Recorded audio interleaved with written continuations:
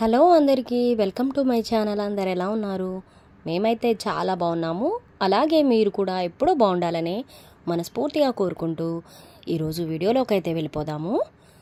So ముందుగా మన ఛానల్ని ఎవరైనా ఫస్ట్ టైం ఇప్పుడే కొత్తగా చూస్తున్నట్లయితే తప్పకుండా సబ్స్క్రైబ్ చేసుకోండి.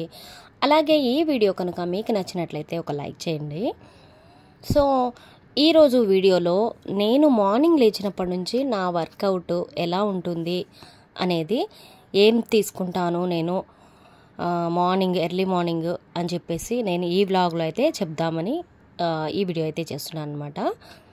సో పొద్దున్నే లేస్తాను కదా, లేచాక ఇంకా మా పాప అయితే స్కూల్కి వెళ్తుంది. స్కూల్కి ఆమె వెళ్ళిపోగానే నేనైతే వర్కౌట్ జుంబా అయితే చేస్తానన్నమాట. ఒక హాఫ్ అన్ అవర్ 30 మినిట్స్ అయితే అర్ధగంట కంపల్సరీ జుంబా అయితే చేస్తున్నాను. So Zumba half an hour అయిపోయిన తర్వాత మాత్రం నేను వచ్చేసి ఒక్క గ్లాస్ లైట్గా వేడి చేసిన నీళ్ళల్లో, గోరువెచ్చని వేడి నీళ్ళలో మన వాము ఇంకా మెంతులు రెండూ కలిపి మిక్సీ పట్టిన పౌడర్ అనమాట. ఆ పౌడర్ని అయితే నేను డైలీ తీసుకుంటాను ఒక గ్లాసు. సో అది ఏంటంటే మనకు లోపల డైజెషను బాగుంటుంది, అలాగే లోపల మెంతులు కాబట్టి హెల్త్కి కూడా మంచిది. వాము ఇంకా అరుగుదలకు కూడా మంచిది కదా. సో అదైతే తీసుకుంటాను అనమాట. సో ఇంకా ఆ వర్కౌట్ అది తీసుకోవడం తర్వాత నా ఇంటి పని అయితే స్టార్ట్ అవుతుంది. ఇంకా వంట చేయడం, ఇల్లంతా క్లీన్ చేసుకోవడం, మా వారికి పూజకు కావాల్సినవన్నీ సిద్ధం చేయడం చేస్తానన్నమాట. తర్వాత ఇక్కడ వచ్చేసి మా దేవాంశ్ గారు అయితే ఇంకా పడుకొనే ఉన్నాడు, ఇంకా లెగలేదన్నమాట. నిద్రపోతున్నాడు. వచ్చి చూస్తే అసలు కొంచెమన్నా కదులుతాడేమో అని చూస్తే గాఢ నిద్రలో అయితే పడుకొని ఉన్నాడు అనమాట. సో ఇంకా పని అయితే అవుతూ ఉంది.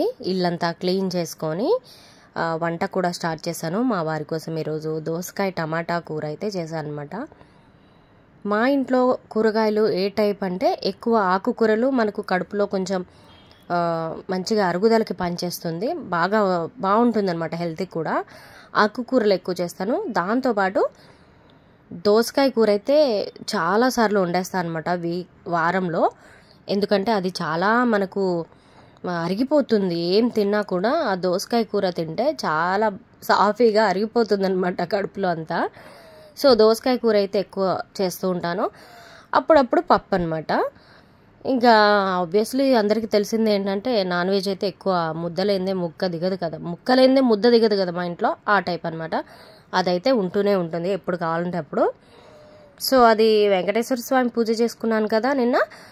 ఇంకా పువ్వులు బాగున్నాయని ఉంచేసాను. ఈ రోజుకైతే ఇప్పుడు స్నానం అయిపోయాక ఆ పువ్వులు తీసేయాలన్నమాట. సో ఇక్కడ మా వారి అయితే పూజ అయితే అయిపోతుంది, చేసేస్తున్నారు. ఆయన మార్నింగ్ పూజ చేసుకుంటారు, ఈవినింగ్ నేను చేస్తానన్నమాట. ఇద్దరం మార్నింగ్ టైంలో ఆయన చేస్తారు, ఈవినింగ్ టైం నేను చేస్తాను. సో ఆయన పూజ చేసుకున్న తర్వాత నా పని కూడా అయిపోయిన తర్వాత నేను స్నానం చేసుకొని వచ్చి దండం పెట్టుకుంటానమాట. ఇంకా వంట పని అయిపోవడంతో నేనైతే ఇక్కడ టీ పెట్టేశాను. టీ కూడా తాగేసి తర్వాత నేనైతే స్నానానికి వెళ్తాను అనమాట.